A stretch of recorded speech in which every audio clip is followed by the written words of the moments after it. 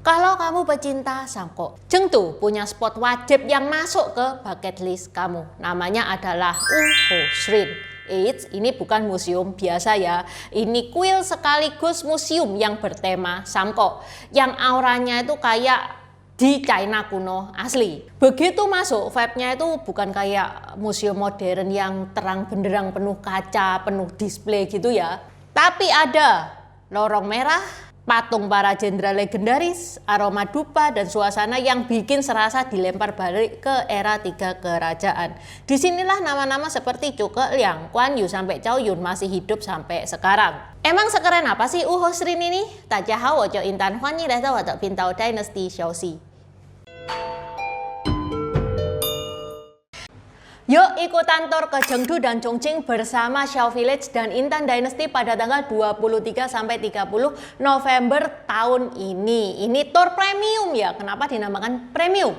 Pesawatnya enak, hotelnya enak, makanannya enak, dan tidak ada kunjungan toko wajib. Itu yang pertama. Yang kedua, tour ini lengkap banget loh. Sightseeing dapat, sejarah dapat, kuliner dapat, shopping dapat, dan tentu aja tanpa drama toko wajib. Selain melihat kota futuristik, untuk sightseeing, mata Anda akan dimanjakan dengan keindahan Shuangqiao Valley alias Swissnya China.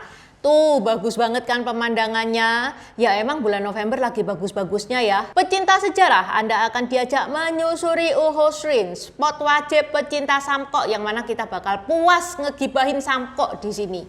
Selain Uhosrin, kita akan pergi ke Leshan Giant Buddha pakai perahu. Kita juga akan melihat konservasi panda dan bagaimana effort China melestarikan panda yang hampir punah. Kuliner, jangan khawatir, Anda akan dimanjakan dengan makanan yang enak-enak termasuk hotpot ikonik Chongqing yang terkenal yaitu Underground Hotpot. Rute perjalanannya kita juga bikin enak banget ya. Dari Indonesia kita landing ke Chengdu. Dari Chengdu ke Chongqing kita naik bullet train. Dari Chongqing kita balik lagi ke Indonesia. Waktu nggak habis di jalan, pinggang nggak encok semua. Lah wong kita tiap hari itu sudah kerja keras, jungkir balik, sesekalinya liburan, ya liburannya yang enak dong. Ya hitung-hitung lah reward buat diri sendiri. Keberangkatan dari 2 titik ya, dari Jakarta sama Xiao Village, dari Surabaya sama saya. Promo early bird start from 20.350.000 buat peserta yang ngedaftar sebelum bulan 8. Setelah bulan 8 ada kenaikan. Selain ke Chengdu dan Chongqing, kita juga ada trip ke Changjiajie, Fenghuang, Furong di bulan 9. Itinerary lengkapnya teman-teman bisa scan barcode ini. Barcode ini ada G-form-nya. Teman-teman silakan isi. Kalau teman-teman masih ribet, di deskripsi ada nomor WA admin tour, mau tanya-tanya juga boleh.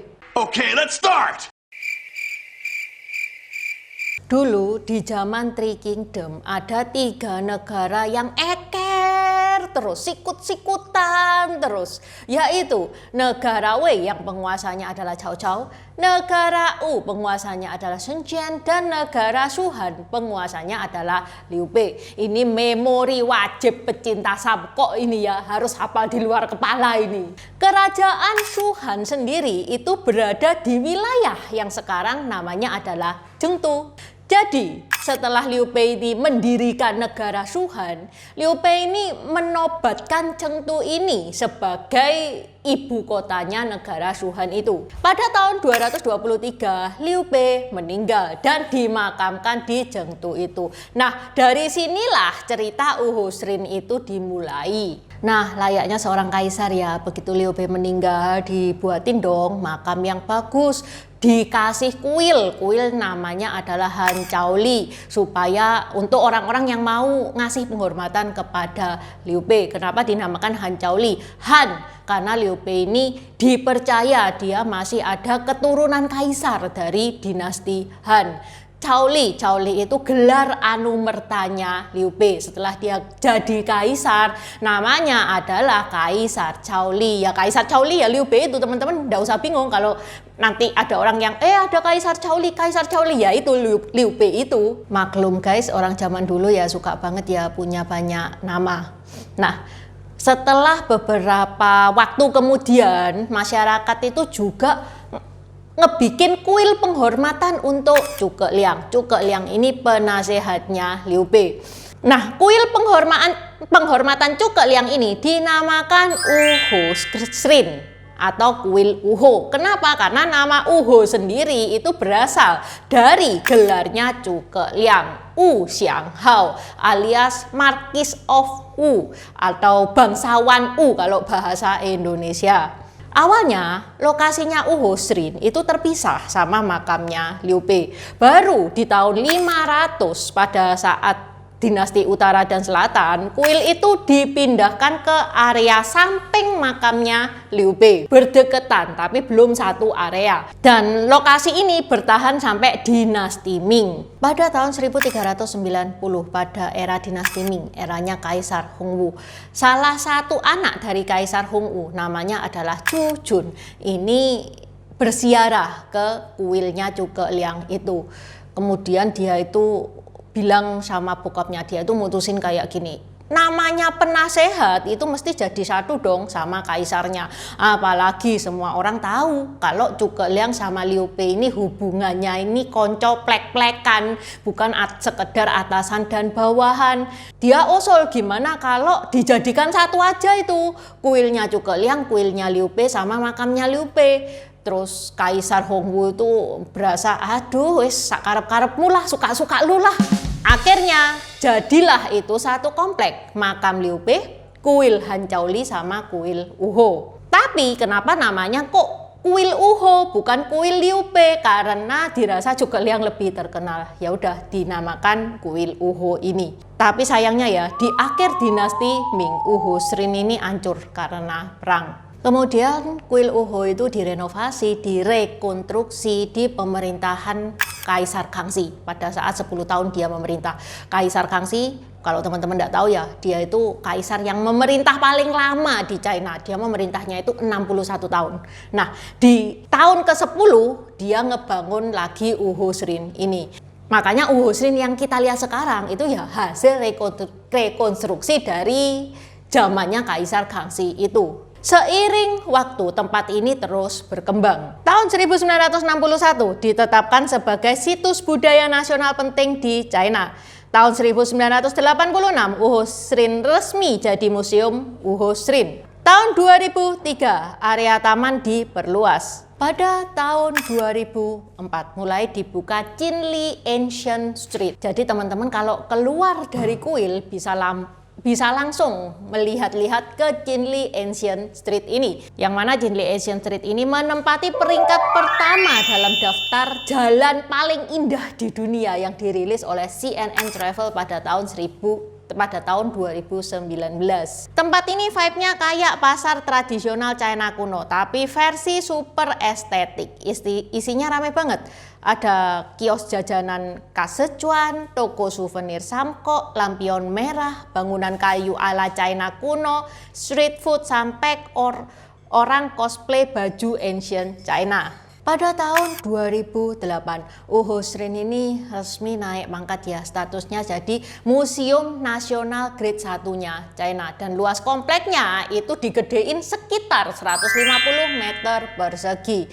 Isinya gabungan situs sejarah, kuil penghormatan, Museum Three Kingdom, Taman Klasik China, sampai kawasan wisata ala China kuno. Makanya banyak orang yang nyebut tempat ini adalah Mekahnya Three Kingdom yang dikunjungi oleh wisatawan. Jumlahnya keren banget, 10 juta pengunjung per tahun. Kalian Samkok freak pasti betah banget di sini, dijamin. Di Wuhu Shrin ada beberapa area display modern dan panel informasi sejarah. Di situ ada animasi sekilas tentang Samkok dan penjelasan tentang tokoh-tokoh di era 3 negara. Jadi event kalian nol potol tentang Samkok, nggak usah khawatir untuk masuk Wuhu Shrin ini. Apalagi kalau masuknya sama Intan, tak jelasin dari A sampai Z. Kayak Intan kalau kesini yo nggak bakal berhenti ngoceh tuh. Lawong Intan mau sharing sebentar ya. Kemarin kan Intan jogging tuh, tiba-tiba ada orang yang nyetop Intan. Baru aja keluar dari rumah, di stop terus, ini ya Cek Intan YouTuber ya, oh ya kenalan. Terus habis gitu dia tanya, kenapa Cek Intan Kuan Yu itu kok meninggal? Tak jelasin Dari A sampai Z sampai akhirnya matahari terik sudah tidak bisa jogging. Ya udah, jadi hari itu tuh keringet itu netes satu butir pun aja enggak. Tapi ini jangan dicontoh ya teman-teman, jangan dicontoh. Kalau teman-teman kepengen ngetes skill samkoknya Intan, ya ayo kita ke Uhosrin bareng-bareng. Di Uhosrin itu juga ada area Cuke Liang, aula Cuke Liang yang menceritakan hidup beliau. Mulai dari saat dia jadi penasehatnya Liu Bei, strategi-strategi perangnya, sampai loyalitasnya dia terhadap negara Shuhan.